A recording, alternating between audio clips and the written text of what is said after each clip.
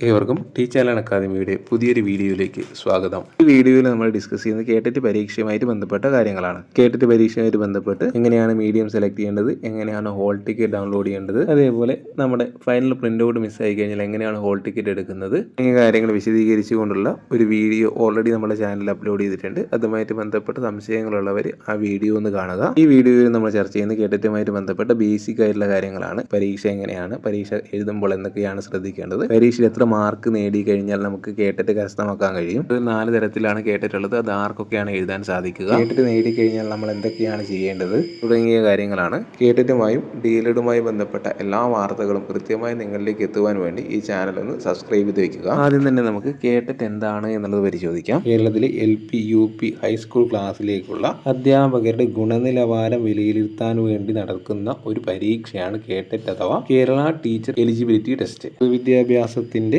ഗുണനിലവാരം ഉറപ്പുവരുത്താനും അധ്യാപകരുടെ ഗുണനിലവാരം ഉയർത്തുവാനും വേണ്ടിയാണ് 2009 RTE ആക്ട് അഥവാ റൈറ്റ് ടു ഇൻഫർമേഷൻ ആക്ട് പ്രകാരം കേട്ടറ്റ് അതേപോലെ CTET എക്സാമുകൾ മുന്നോട്ടേക്ക് വരുന്നത്. കേന്ദ്രീയ വിദ്യാലയങ്ങളിലേക്കും CBSE സ്കൂളുകളിലേക്കും അധ്യാപകരായിട്ട് ജോയിൻ ചെയ്യാനുള്ള യോഗ്യതാ പരീക്ഷയാണ് CTET എന്ന് പറയുന്നത്. CTETന്റെ പൂർണ്ണരൂപം സെൻട്രൽ ടീച്ചർ എലിജിബിലിറ്റി ടെസ്റ്റ് എന്നാണ്. നമുക്കിനി കേട്ടറ്റിന്റെ കൂടുതൽ കാര്യങ്ങൾ നോക്കാം. കേട്ടറ്റ് 4 കാറ്റഗറി ആയിട്ടാണ് എക്സാം നടക്കുന്നത്. കാറ്റഗറി 1 LP അതേപോലെ UP തലങ്ങൾക്ക് വേണ്ടിയിട്ടാണ്. കാറ്റഗറി 2 പാസ്സായി കഴിഞ്ഞാലും LP അതേപോലെ UP തലങ്ങളിൽ പഠിപ്പിക്കാം. കാറ്റഗറി 3 എന്ന് പറയുന്നത് ഹൈസ്കൂൾ വിഭാഗത്തിന് വേണ്ടിയിട്ടുള്ളതാണ്. കാറ്റഗറി 4 എന്ന് പറയുന്നത് ഹിന്ദി, അറബി, ഉറുദു, സംസ്കൃതം എന്നീ ഭാഷാ അധ്യാപകർക്കും അതേപോലെ ആർട്ട്, ക്രാഫ്റ്റ്, PT ടീച്ചർമാർക്കും വേണ്ടിയിട്ടുള്ളതാണ്. പൊതുവെ DLEDകാർ രജിസ്റ്റർ ചെയ്യുന്ന സമയത്ത് കാറ്റഗറി 1ഉം അതേപോലെ കാറ്റഗറി 2ഉം അപേക്ഷിക്കാൻ പറയാറുണ്ട്. കാരണം ഏതെങ്കിലും ഒരു പരീക്ഷ എളുപ്പമാണെങ്കിൽ അത് ക്വാളിഫൈ ചെയ്ത് കഴിഞ്ഞാൽ മറ്റേ എക്സാം എഴുതേണ്ട ആവശ്യമില്ല. അതുകൊണ്ടാണ് 2 എക്സാമും രജിസ്റ്റർ ചെയ്യാൻ വേണ്ടി പറയുന്നത്. CTET പരീക്ഷ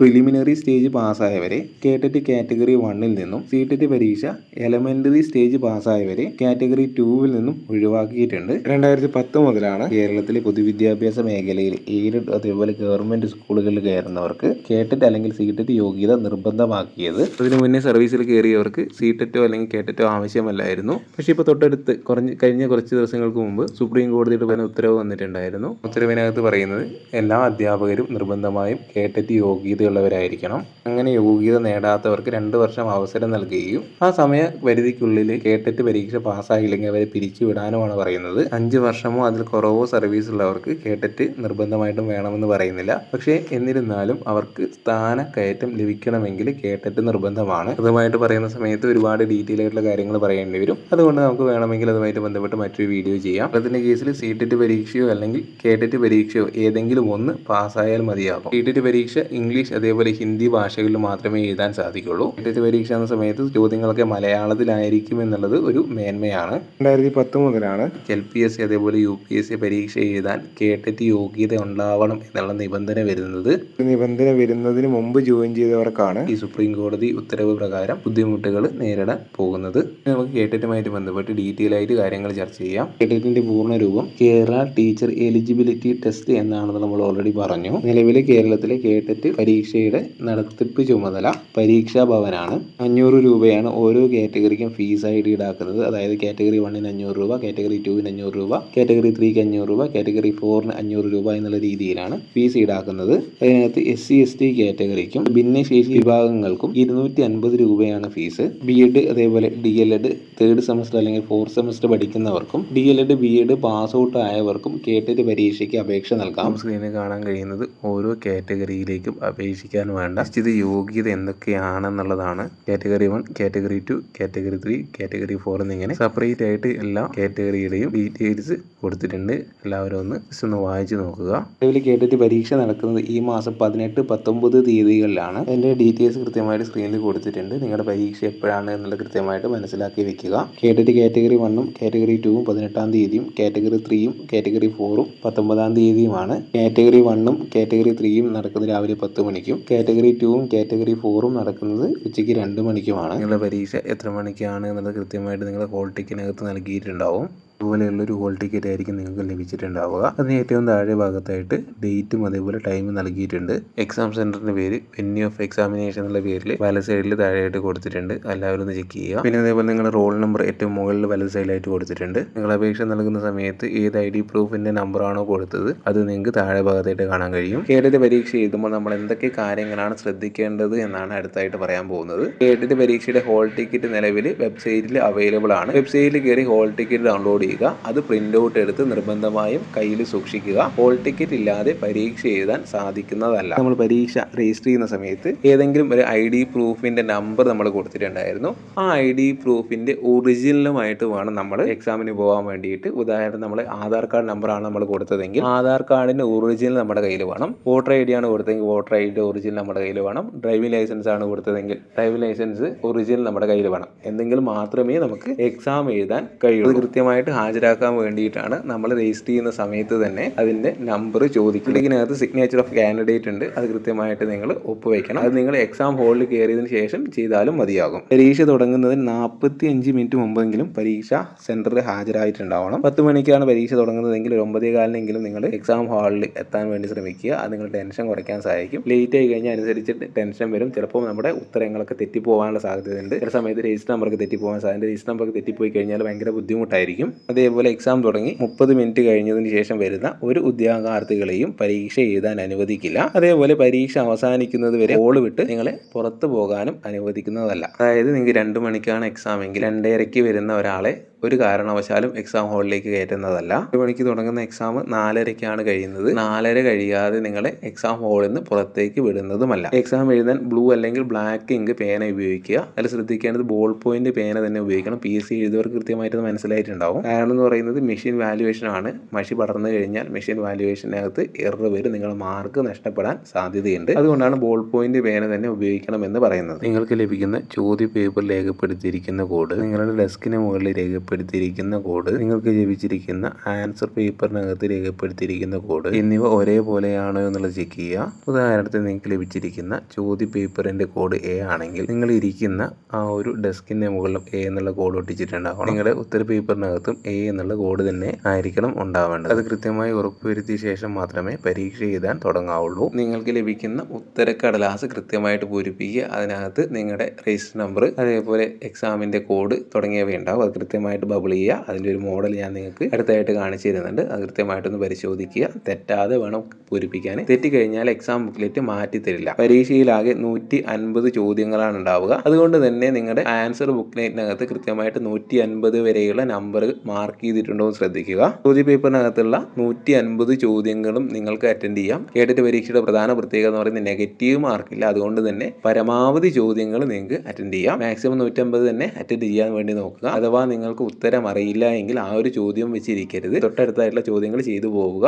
അറിയാത്ത ചോദ്യങ്ങൾ ലാസ്റ്റിലേക്ക് ചെയ്യാൻ വേണ്ടി ശ്രമിക്കുക. കേട്ടിട്ട് പരീക്ഷ വിജയിക്കുന്നതിന് ജനറൽ കാറ്റഗറിക്ക് 60% മാർക്കാണ് വേണ്ടത്. അതായത് 90 മാർക്ക് വേണം ജനറൽ കാറ്റഗറിക്ക് പരീക്ഷ പാസ്സാവാൻ വേണ്ടിയിട്ട്. SC, ST, OBC, OEC കാറ്റഗറികൾക്ക് പരീക്ഷ പാസ്സാവാൻ വേണ്ടിയിട്ട് 55% മാർക്ക്, അതായത് 82 മാർക്കാണ് വേണ്ടത്. ഭിന്നശേഷി വിഭാഗങ്ങൾക്ക് 50% മാർക്കാണ് കേട്ടിട്ട് പാസ്സാവാൻ വേണ്ടത്. 75 മാർക്ക് ഉണ്ടെങ്കിൽ ഭിന്നശേഷി വിഭാഗത്തിൽപ്പെട്ടവർക്ക് കേട്ടിട്ട് പാസ്സാവാം. EWS കാറ്റഗറിയിൽപ്പെട്ടവർക്ക് നിലവിൽ കേട്ടറ്റിനോ അല്ലെങ്കിൽ സീറ്ററ്റിനോ മാർക്ക് ഇളവുകളൊന്നും ലഭിക്കുന്നില്ല.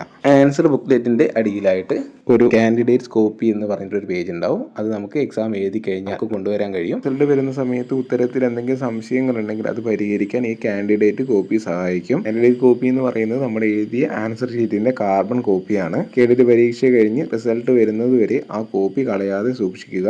ആൻസർ ഷീറ്റിനകത്ത് നെയിം ഓഫ് ദി കാൻഡിഡേറ്റ് ഉണ്ടാവും. തൊട്ടടുത്തായിട്ട് നിങ്ങളുടെ റോൾ നമ്പർ, പിന്നെ നിങ്ങൾക്ക് കിട്ടുന്ന ബുക്ക്ലെറ്റിന്റെ നമ്പർ, പിന്നെ ഏതാണ് സെറ്റ് A ആണോ സെറ്റ് B ആണോ സെറ്റ് 3D ആണോ എന്നുള്ളത് ഉണ്ടാവും. കാൻഡിഡേറ്റ് സിഗ്നേച്ചർ ഉണ്ടാവും. അത് കൃത്യമായിട്ട് നിങ്ങൾ ചെയ്യുക. പിന്നെ ഇൻവിജിലേറ്റഡ് സിഗ്നേച്ചർ ആണ്. അത് നിങ്ങൾ ചെയ്യേണ്ടതില്ല. ആരാണോ ഇൻവിജിലേറ്റർ അത് കൃത്യമായിട്ട് അവർ ചെയ്തു തരും. അഥവാ നിങ്ങളുടെ ഹോൾ ടിക്കറ്റിനകത്ത് സൈൻ ചെയ്ത് തരാൻ നിങ്ങളുടെ ഇൻവിജിലേറ്റർമാരോട് വിട്ടുപോകുകയാണെങ്കിൽ നിങ്ങൾ കൃത്യമായി സൈൻ ചെയ്ത് വാങ്ങണം. പിന്നെ ഇതിനകത്ത് പാർട്ട് 1, പാർട്ട് 2, പാർട്ട് 3 എന്നിങ്ങനെയാണ് ഉണ്ടാവുക. പാർട്ട് 1-നകത്ത് child development and pedagogy, mathematics, environment science എന്നിവയാണ് ഉണ്ടാവുക. പാർട്ട് 2-നകത്ത് ലാംഗ്വേജ് 1 അതായത് മലയാളം, തമിഴ്, കന്നഡ ഇതേതാണോ നിങ്ങൾ സെലക്ട് ചെയ്തത് അതാണ് ഉണ്ടാവുക. പാർട്ട് 3 ലാംഗ്വേജ് 2 അതായത് ഇംഗ്ലീഷ് അല്ലെങ്കിൽ അറബിക്കാണ് ഉണ്ടാവുക.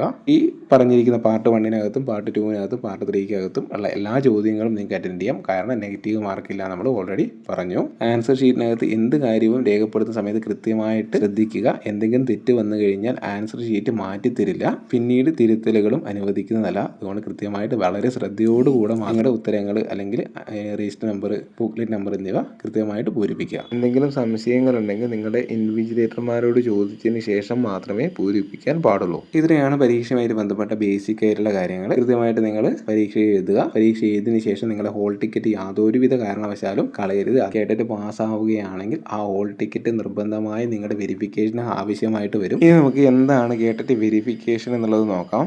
കേട്ടിട്ട് അപേക്ഷിക്കുന്ന സമയത്ത് കേട്ടിട്ട് അപേക്ഷിക്കാൻ നമ്മൾ അർഹനായിരുന്നോ എന്നുള്ളതിന്റെ പരിശോധനയാണ് വെരിഫിക്കേഷൻ എന്ന് പറയുന്നത്. അതായത് നമുക്ക് കേട്ടിട്ട് അപേക്ഷിക്കാനുള്ള യോഗ്യത കേട്ടിട്ട് അപേക്ഷിക്കുന്ന സമയത്ത് ഉണ്ടായിരുന്നോ എന്നുള്ളത് കൃത്യമായിട്ട് അവർ പരിശോധിക്കും. കേട്ടിട്ട് വെരിഫിക്കേഷൻ സമയത്ത് പരിശോധിക്കുന്ന രേഖകൾ SSLC ബുക്ക്, +2 സർട്ടിഫിക്കറ്റ്, നിങ്ങളുടെ 4 സെമസ്റ്ററിന് DLEDന്റെ മാർക്ക് ലിസ്റ്റ്, അതേപോലെ BEdന്റെ BEdന്റെ മാർക്ക് ലിസ്റ്റ്, BEdന്റെ ഒറിജിനൽ സർട്ടിഫിക്കറ്റ്, DLEDന്റെ original certificate, KTET hall ticket, KTET exam പാസ്സായതിന്റെ പ്രിന്റ് ഔട്ട്, റിസർവേഷന്റെ അടിസ്ഥാനത്തിലാണ് നിങ്ങൾ കേട്ടിട്ട് യോഗ്യത നേടിയതെങ്കിൽ, അതായത് നിങ്ങൾക്ക് മാർക്ക് ഇളവ് ലഭിച്ചിട്ടുണ്ടെങ്കിൽ അത് തെളിയിക്കുന്ന കൃത്യമായിട്ടുള്ള രേഖകൾ നിങ്ങൾ അതിന്റെ കൂടെ ഹാജരാക്കണം. അതായത് SC ST അതേപോലെ OEC OBC കാറ്റഗറികൾക്കൊക്കെ മാർക്ക് ഇളവ് ലഭിക്കാറുണ്ട്. അതേപോലെ ഡിസബിലിറ്റി കാറ്റഗറിക്ക് മാർക്ക് ഇളവ് ലഭിക്കാറുണ്ട്. ആ മാർക്കിന്റെ അടിസ്ഥാനത്തിലാണ് നിങ്ങൾ പാസ്സായത്. അത് കാണിക്കുന്ന സർട്ടിഫിക്കറ്റ് നിങ്ങൾ നിർബന്ധമായി ഹാജരാക്കണം. ഇത്രയും രേഖകളാണ് വെരിഫിക്കേഷൻ സമയത്ത് നിങ്ങൾ ഹാജരാക്കേണ്ടത്. വെരിഫിക്കേഷൻ സമയത്ത് നിങ്ങളുടെ ഹോൾ ടിക്കറ്റ് നിർബന്ധമായിട്ടും ഹാജരാക്കേണ്ടതുണ്ട്. അതുകൊണ്ടാണ് ഹോൾ ടിക്കറ്റ് കളയരുത് എന്ന് പറയുന്നത്. ഹോൾ ടിക്കറ്റ് കളഞ്ഞു കഴിഞ്ഞാൽ അത് വീണ്ടും ഉണ്ടാക്കാൻ ഭയങ്കര ഫോർമാലിറ്റിയാണ്. നിങ്ങൾ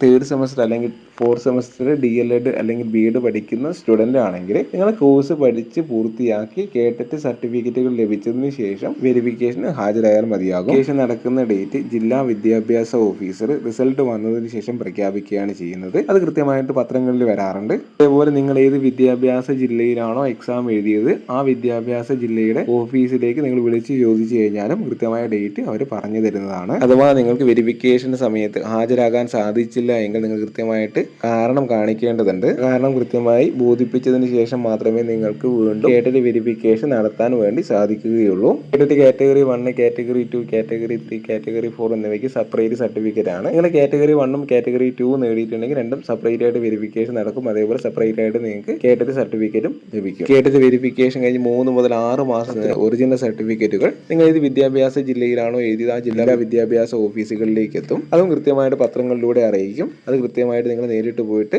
കൈപ്പറ്റേണ്ടതാണ്. കേട്ടിട്ട് വിതരണം ചെയ്യുന്ന പ്രത്യേക തീയതികളിലായിരിക്കും അത് പത്രത്തിലൂടെ അറിയിക്കും. അഥവാ നിങ്ങൾക്ക് ആ നിശ്ചിത സമയപരിധിക്കുള്ളിൽ കേട്ടിട്ട് സർട്ടിഫിക്കറ്റ് വാങ്ങാൻ സാധിച്ചില്ലെങ്കിൽ ഫൈൻ അടയ്ക്കേണ്ടതായിട്ട് വരും. സർട്ടിഫിക്കറ്റ് വിതരണത്തിന് ഡേറ്റ് കഴിഞ്ഞ് 3 മാസത്തിന് ശേഷമാണ് നിങ്ങൾ കേട്ടിട്ട് സർട്ടിഫിക്കറ്റ് വാങ്ങാൻ വേണ്ടി ഹാജരാവുന്നതെങ്കിൽ 100 രൂപയുടെ DD നിങ്ങൾ അടയ്ക്കേണ്ടതായിട്ടുണ്ട്. 6 മാസമാണെങ്കിൽ 300 രൂപ, ഒരു വർഷത്തിന് ശേഷമാണ് 500 രൂപയും നിങ്ങൾ DD ആയിട്ട് അടയ്ക്കേണ്ടതുണ്ട്. ഈ ഒരു ഫൈൻ നിങ്ങൾ അടയ്ക്കേണ്ടത് DD അതായത് ഡിമാൻഡ് ഡ്രാഫ്റ്റ് ആയിട്ടാണ്. സെക്രട്ടറി പരീക്ഷാ ഭവൻ എന്നുള്ള പേരിലാണ് നിങ്ങൾ ആ ഒരു DD എടുക്കേണ്ടത്. ആ ഒരു സാഹചര്യം ഉണ്ടാക്കാതെ ഏറ്റവും നല്ലത് നിങ്ങൾ ആ ഒരു സർട്ടിഫിക്കറ്റ് വിതരണം ചെയ്യുന്ന ഡേറ്റുകളിൽ തന്നെ നേരിട്ട് പോയിട്ട് കളക്ട് ചെയ്യുന്നതാണ്. ഇനി നമുക്ക് നിങ്ങൾ എഴുതിയ ആൻസർ ഷീറ്റ് അതായത് OMR അസാധുവാകാൻ എന്തൊക്കെയാണ് കാരണങ്ങൾ, എന്തൊക്കെയാണ് നമ്മൾ ശ്രദ്ധിക്കേണ്ടത് നോക്കാം. നിങ്ങളുടെ റോൾ നമ്പർ കൃത്യമായി ബബിൾ ചെയ്തില്ലെങ്കിൽ നിങ്ങളുടെ OMR ഷീറ്റ് അസാധുവാകും, നിങ്ങളുടെ റിസൾട്ട് വരില്ല.